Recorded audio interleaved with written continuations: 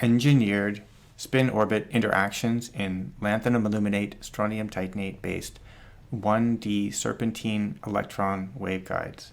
What does this all mean? You're watching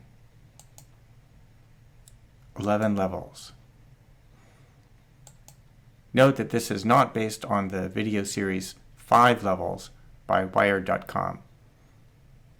Okay, maybe just a little bit. Let's get started. Level 1.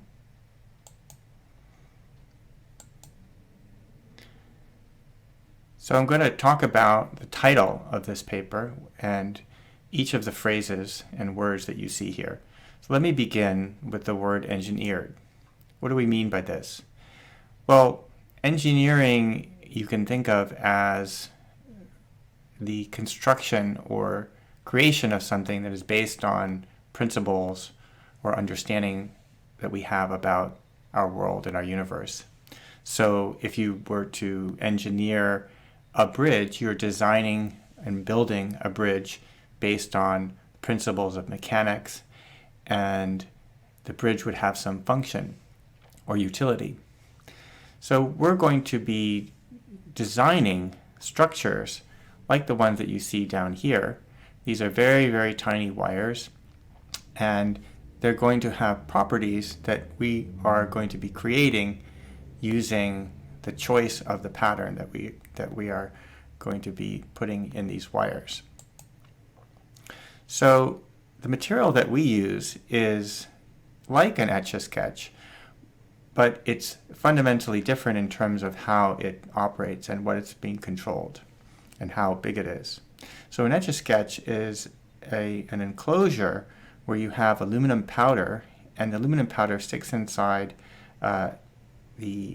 sticks to the plastic sheet that is on the front surface here, and the bright regions are the places where the aluminum powder is present. So it's shiny, and well, each little piece is diffuse. So it basically, when light reflects off of it, it produces a bright region. And you can scrape off the aluminum powder with a stylus that is on the other side of this screen, and it's pointed at the opposite side, and you can move the stylus in the horizontal and vertical directions. And if you're talented, I did not make this drawing, but if you're talented, then you can create patterns of remarkable complexity. And this is a rewritable interface that can be turned upside down, and you can put the aluminum powder back on and start with a fresh canvas. So we're working with a material that has properties very much like the Etch-a-Sketch. So we're taking a very thin layer of this material, lanthanum aluminate, and it's so thin that there are only a few atomic layers. So each of these circles that you see here represent individual atoms, and this is only less than 2 nanometers thick. So 2 billionths of 1 meter in thickness. And then the rest of the material is strontium titanate. So both of these are insulating materials, so they don't conduct electricity. But when you put them together, the interface between them in the strontium titanate region can be made conducting. And in fact, it can be switched back and forth between conducting and insulating behavior, just like any point on this surface can be made bright or dark by the presence of or absence of aluminum stuck to the inside of the plastic sheet here. So we're going to use this ability to create nanostructures, nanowires, and electron waveguides. For a long time, we have been working with these straight electron waveguides. These are relatively short segments of wires that are about 10 nanometers wide and several hundred nanometers long, and they have properties which are very interesting in and of themselves. What we have done in this paper is changed the straight segment here and made it serpentine. So we're now forcing the electrons to wiggle back and forth as they travel from one side to the other. And so we want to understand what is the effect that wiggling has on the electronic properties. So it turns out that it allows for two properties of the electrons to be coupled together. So here what you see is a model of an atom where you have the positive charge in the center, and then you have electrons that are orbiting the atom. Now this orbital motion, this is a type of motion, so when the charge moves, it actually can generate a magnetic field. But the electron itself has its own spin magnetic field, and there's a coupling between the spin of the electron and its orbital motion, and this is known as a spin-orbit interaction. So this type of spin-orbit interaction can be engineered. You can see that the electrons are moving in a curved region, so they're moving in a circle. If you look over here, this wiggling is actually part of a circle. It's like a semicircle on the top and then a semicircle on the bottom. This wiggling motion is similar to the type of wiggles that electrons have when they orbit in a nucleus. And so we are able to engineer these spin-orbit interactions by creating the wiggling pattern for the electrons to travel. All right, level 10. When we think about the way that electrons normally conduct in metals, most materials, we realize that they behave according to Ohm's law. So Ohm's law is a relationship between a voltage that you might apply across a material that has a resistance given by this quantity R, such that the current that flows through this material times the resistance R is equal to V. On a microscopic or more microscopic level, we know that the electrons are actually moving and scattering. They're scattering off of impurities, off of vibrations in the material, and this leads to energy being dissipated, and it leads to this actually what is the same relationship that you see over here, but expressed in a different way. So G is 1 over R. This is the conductance, and it's given by the current that flows divided by the voltage. So for a given voltage, higher current flow would correspond to higher conductance. So as I said, most materials behave like this, but there are a class of materials where the electrons actually move without scattering, or essentially without scattering. And these are known as ballistic conductors. So you might think of them as electrons like cars moving in the lanes of a highway. And so in this case, the conductance, G, is given by very fundamental parameters of nature. So the E is the electron charge, so the electron charge squared divided by Planck's constant.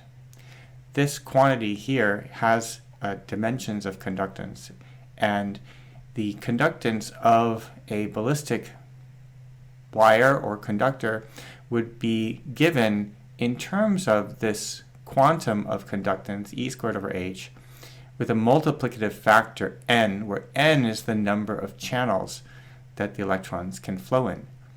So these are meant to be distinct channels. They don't have to be channels that are displaced like in a highway. This is more of a metaphor. The electrons are actually overlapping and coexisting in space, but they look different, and they are distinct from one another. They have to be, because electrons cannot be in the same, two electrons cannot be in the same state at the same time. So this map that you see here is an experimentally measured map of the ways in which electrons can flow in these straight or unmodulated electron waveguides.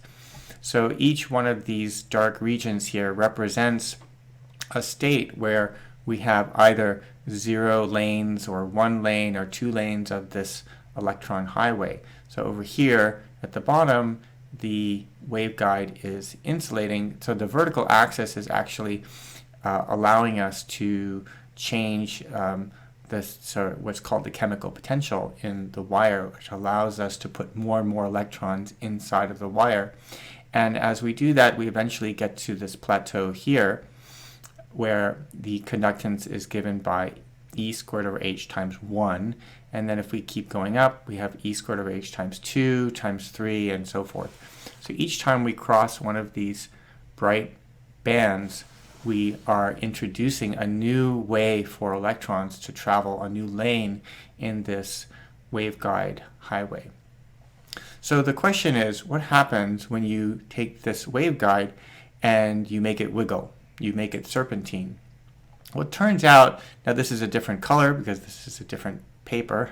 We chose a different color scheme, but it's the same information that we're representing, where instead now of the lowest region here being at the smallest value of the applied magnetic field, so we're applying a magnetic field in this experiment, we find that the minimum is actually occurring at a finite value of the magnetic field. So it's as if the externally applied magnetic field is competing with an internal magnetic field, which we believe is arising from this spin-orbit interaction. So there are other features as well that appear, but this is one of the main effects that we observed as a consequence of this, this type of wiggling motion. So we're able to create these new interactions by changing the shape of these wires. All right, level 11. So we're describing electron waveguides, and they have a few parameters like the length and the width and so forth. There's a side gate. All of these can be created on demand using this conductive atomic force microscope lithography technique. So this is one particular structure that we can create, and we can erase this and create another structure and so forth. So the way that we often describe the electron waveguides is as follows. We imagine that the waveguide can have several electronic bands or subbands. These are the lanes of the highway, if you will. We represent them as electronic states that are allowed, and they are allowed for different values of the momentum of these electrons, which is given by this number k sub x.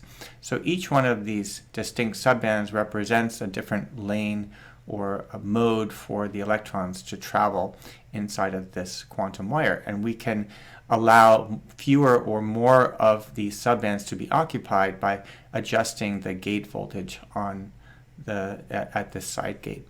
So here in this representation, there's only a single electronic subband allowed, and we would expect the conductance here to be given by E squared over H times 1.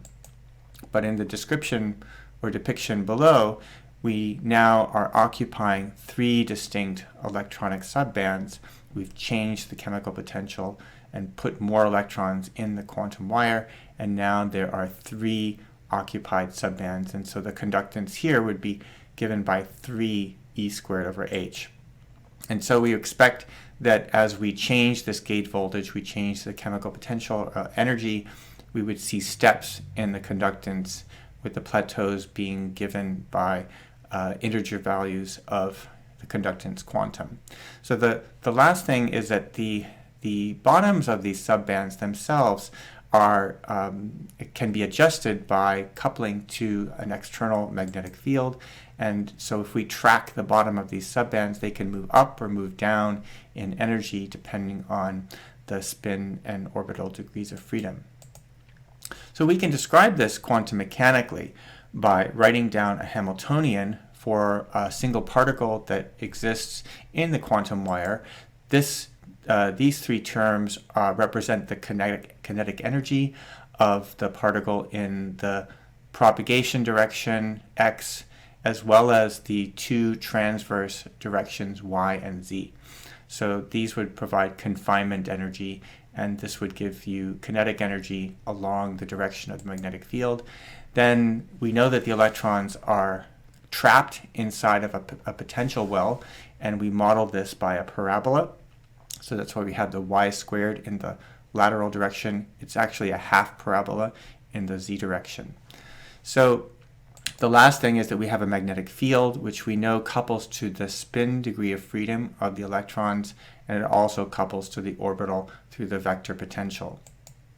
So we can take this equation and use separation of variables and solve for the eigenstates and eigenvalues, eigenenergies. And what you're seeing here on the upper right is a representation of the cross-section of the wave functions.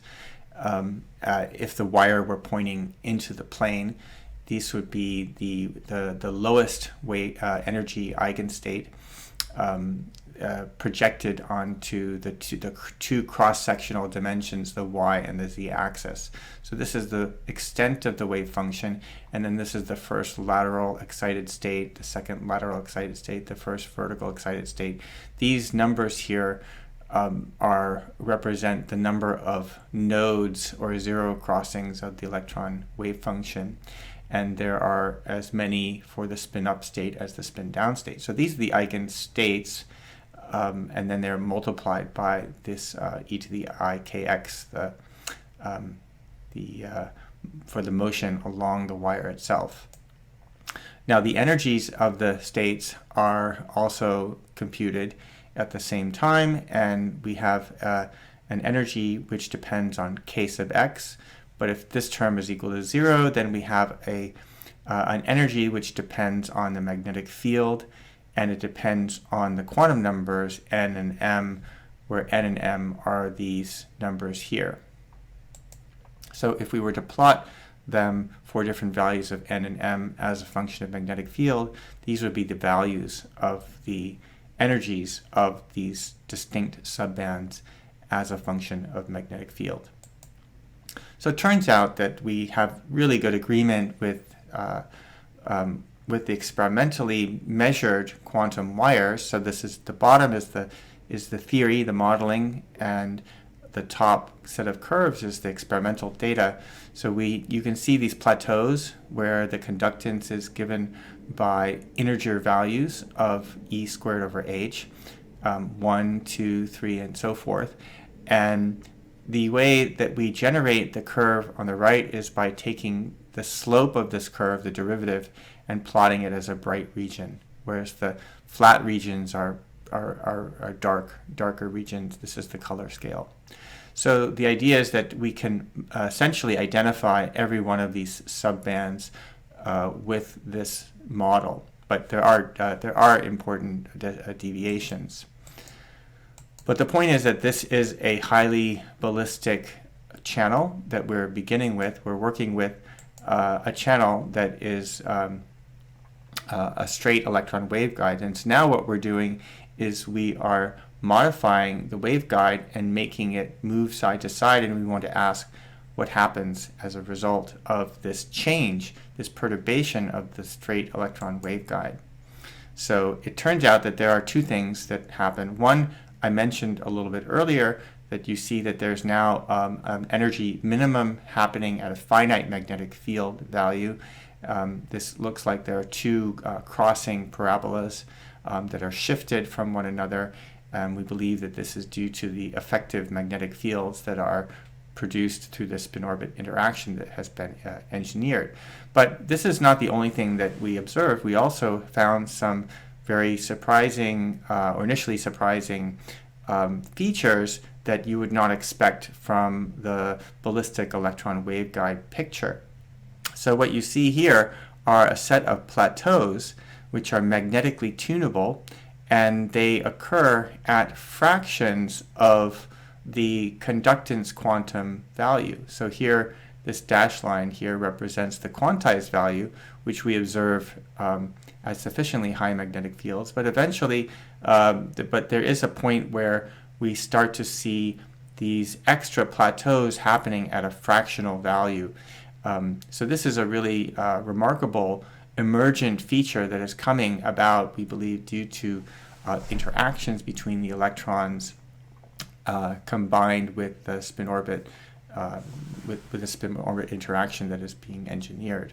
So these emergent phases are quite interesting and are not described using the single electron picture. So this is really revealing some features of one-dimensional transport that makes 1D physics very different from 2D and 3D. So this is one of the main findings of our publication. So the work that I'm describing here was part of PhD work of Macon Kirkendall, Macon Bridgman, who received her PhD in 2019, and also this work is done in collaboration with Professor Patrick Irvin at the University of Pittsburgh.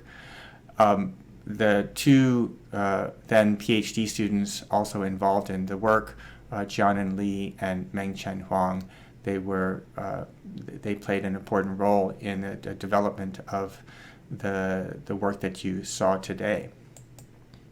So I'd also like to acknowledge long-time collaboration, very important, with Professor Changbom Ohm at the University of Wisconsin-Madison and his group of postdocs, Hyungwoo Lee, Jungwoo Lee, and Kitai Ohm, who have produced the wonderful lanthanum aluminate strontium titanate heterostructures that made this work possible.